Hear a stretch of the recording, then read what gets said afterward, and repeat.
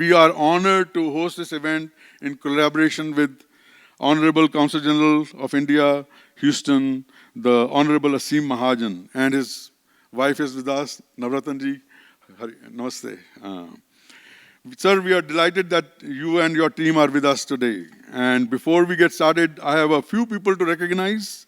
To our host committee sponsors and sponsors, Ashok Mago, Niti Khaitan with Black Box, Neil Gonuguntla and Pramod Vemulapalli, Raj and Hema Kalyandurg with Merrill Lynch, Preeta and Ashish Monga, Puneet and Richa Gupta, Harsh Agarwal and Jill Spiteman, Ambika and Ramesh Cheruvu with the Unlimited Potential Show, Amy and Scott Hoffland, the Crow Museum of Asian Art, UT Dallas. And I want to thank Carolyn and also Abe for hosting today's event. And Amy Hoffland, thank you very much. Thank you so much. And thank you to each one of these people I named for their financial support as well as bringing your network of like-minded, passionate people together here today. We could pull off such an elegant event only because of your contributions. To our entire board of directors for their inspired and unwavering support for carrying out the mission and intention of this event and every event the Chamber hosts. Thank you. And of course, to the Consul General of India in Houston. Without your vision, guidance, and support, we would not have been able to host the event that we are. It was your initiation, your idea, and we have tried to put it together. Hopefully, you will appreciate the gain that will come from it. Before serving in his current role as a CG, Consul General, he served as the Deputy High Commissioner, India Mission in Kuala Lumpur. He served as and Dhaka, Kuala Lumpur and Dhaka, followed by as Consul General of India in Osaka, Japan. He served too in India missions in Tokyo and in Laos, Vientiane. He'll correct it. In the durations, Honorable Asimji was at the Ministry of External Affairs, New Delhi. He served on various desks handling affairs related to United Nations, Bangladesh, and he also served as an officer to the Minister of State for External Affairs and as a Joint Secretary. Honorable CGI Houston has a master's degree in diplomatic studies from the University of Oxford and a master's degree in management from Birla Institute of Technology and Science, Pilani. And he completed 2 training courses in the World Trade Organization law from the Advisory Center on WTO Law, Geneva. He speaks Japanese, English, Hindi, I think 8 or 9 other different Indian languages. And all of them he learned from his wife, Navratan. And they have a wondrous set of 1 son and 1 daughter. And please welcome Consul General Asim Mahajan.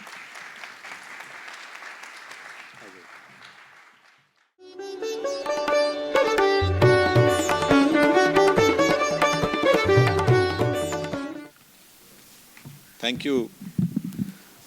Thank you, Sunilji. It is really a pleasure for me to be amongst all of you today. We have so many distinguished members of the Chamber, board members, and especially the young entrepreneurs and professionals. When we set out, I'm really excited about this initiative because honestly, when we set out on it last year, we had a set of objectives before us. And we are trying to do this in this year when India is celebrating the 75th, it's basically our, as Sunilji said, but we are celebrating Azadi Ka Amrit Mahotsav, which is commemorating 75 years of India's independence. I have met so many of you today earlier in the evening. Many I had met earlier, but many of you for the first time. And we are truly, excited about this initiative and carrying it forward. We are here in Dallas and in United States.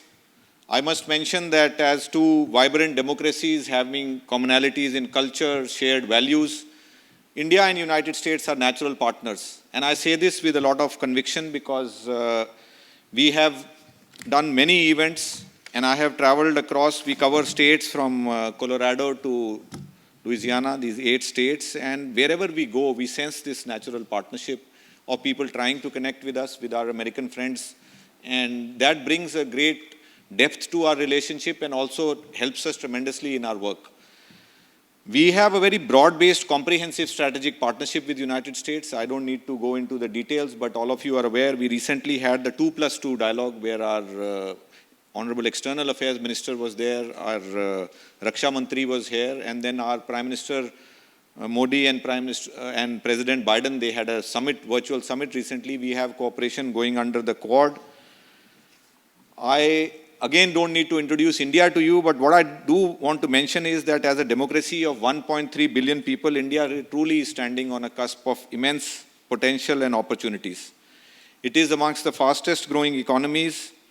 A large percentage of population is very young, dynamic, and the demographics actually, if I mention, we have more than 400 million almost people below 15 years of age, which is a very large number, and again 650 million below 25 years of age. So India is truly a young country. I do not again have the time to go into details, but it's the fastest growing economy in G20. It is amongst the fastest growing consumer markets globally. India is witnessing digital transformation, which you see through our various programs. We have one of the fastest growing startup ecosystems. We are connecting on startups with many of you here in Dallas and across United States on technology.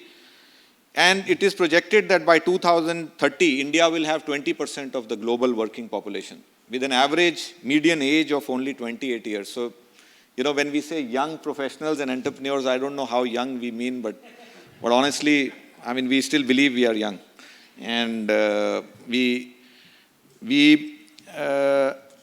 by 2050, if you see the projections of many reports, Mr. Raj is here and many of these investment banks and others, they make projections, but India is slated to become the second largest economy and with one of the largest middle class population. And we can sense this all the time, and I truly believe in it that, India has a very distinctly bright future in the coming decades and really on a cusp of opportunities. We did mention about Azadi Ka Amrit Mahotsav, which you can see here, which is commemorating 75 years of independence with this dynamic group. Many of you asked me earlier in the evening that why are you meeting us? What do we want to do together? We have many ideas. And honestly, you are the people who can help us on these. And that is why I'm here. Please help us to do more on this. What from the consulate side we are trying to do, I can definitely share with you briefly, not going into the details, but we are in different configurations and geometries connecting with states in southern United States. We have partnered with states like Colorado to showcase the strengths of their economy and India's fit where we find. For example, in Colorado, we did education, information technology, aerospace and defense. With Arkansas, we did food processing and agriculture. With Nebraska, we recently did on agriculture. The governor was going to visit, but it's slightly postponed. But, there is tremendous potential in areas like irrigation, water systems. And every state in the United States in itself, Texas alone is $1.9 trillion, which is, if it would be ranked alone, what it would be ranking amongst the top 10 countries in the world in terms of GDP. So the potential is huge. We are working in technology and innovation, especially with Dallas as one of the capitals. We are working in many areas of cutting edge level technologies, and the number is really growing. The national education policy of India, we all studied in India. We get a large number of students coming here. We have more than 200,000 students here and a very large number in this part of the United States. But this is only going to grow because I can truly tell you that this is a quantum leap in the last 34 years. We have this new national education policy, which will make our institutions multidisciplinary, promote innovation, and uniform boards across the country. But what does it translate for United States? And a lot of universities we visit, they ask us. We are working with many educational institutions, including in Dallas. We have visited UT Dallas, UT Austin, University of Houston, Colorado, and recently we had a big roundtable. What it translates is that there will be much more potential to design exchange programs. 1 year in UT Dallas and 1 year in some institution in India. For the first time, India is allowing foreign campuses to open in India. It's a huge opportunity. And I just mentioned about the demographics of India. You can imagine to educate, so many million people.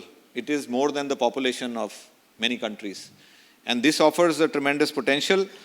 We are also going to celebrate our culture and heritage, which all of you are here today. We are going to have cultural troops coming here. We have the Rajasthani troupe coming here, the Bharatanatyam troupe coming here. We are doing many food festivals. So please help us to do more on that.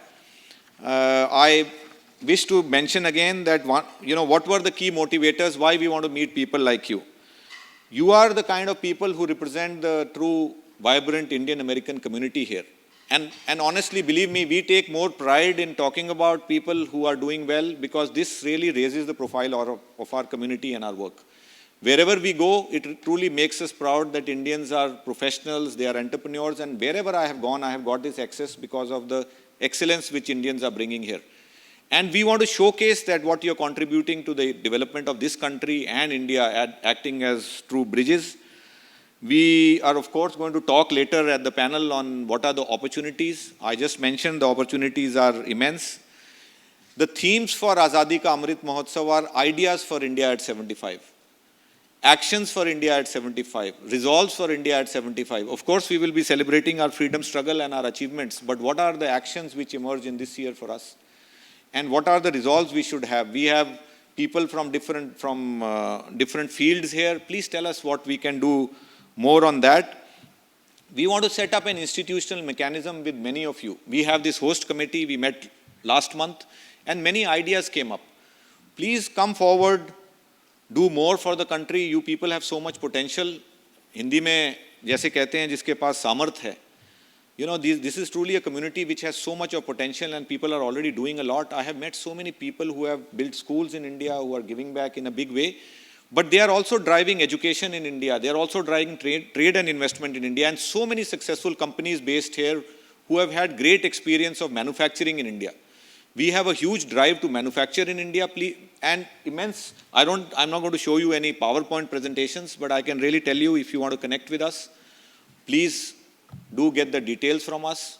Ms. Amy is here. We have met Mr. Trammell, we met the other day. He's really excited about Indian art being promoted here, and India truly is a old civilization, and we have so much of heritage and art. We have so many institutions here. We will work with you to promote that more, and I just want to kick off this conversation, which you are going to, of course, start off. And we are really looking forward to this panel discussion, to the ideas which these youngsters will bring in, and we will definitely take them back as a rich resource for us. The objective of this event is that, and I'm sure that all of you through this year of the 75th, when we are commemorating our 75th anniversary, you will plan more such events in whatever way you want to plan them, education groups, healthcare groups, individual groups, volunteers.